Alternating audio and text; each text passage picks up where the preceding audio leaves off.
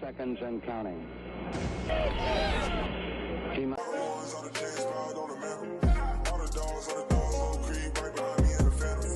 Hey, what's good, yo? Welcome back to another video. It's Anish and Joe Drew, and we have some news regarding the Deshaun Watson situation. We finally got more concrete news to tell y'all. The NFL and NFLPA appointed a judge to decide how long Deshaun Watson's suspension would be, and she found that he should be suspended for 6 games.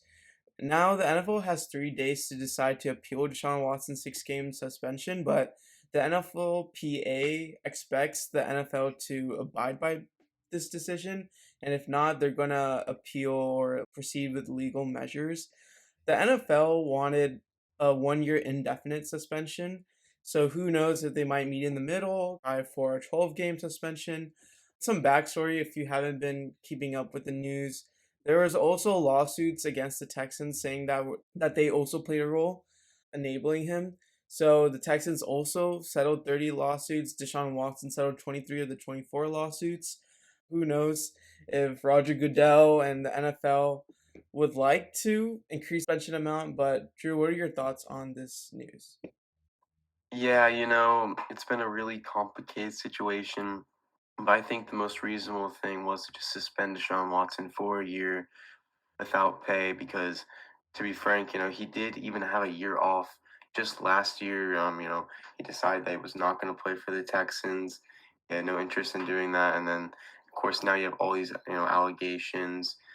For it to just be 6 games just feels kind of weird and icky to me. We're gonna, look at some of the other suspensions in the past. You have Josh Gordon who was suspended for 78 games by the NFL for smoking weed. Calvin Ridley was suspended for 1 season for making a bet that his team will win. Of course, that's against the NFL's rules, but that's also not legal at all in the real world. Vincent Jackson was suspended for 3 games because of unlicensed driving, and Plexico Burris got 4 games for shooting his leg. And Deshaun Watson got 6 game suspension, which is equivalent for the 6 game suspension that DeAndre Hopkins got for a PED violation. So if you just look at that, it just feels really, really weird for me. I'm kind of disappointed in the NFL. I do expect the NFL to appeal.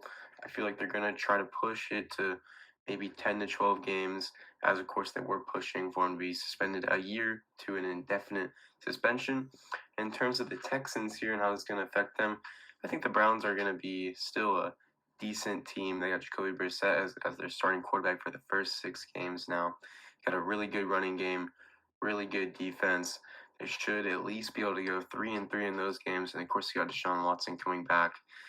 So you're looking at the Browns having at least 8 to 9 wins this season, putting their first round pick that we own now around the anywhere from 15 to 20 range. So in terms of the Texans, this is not the news we were hoping for.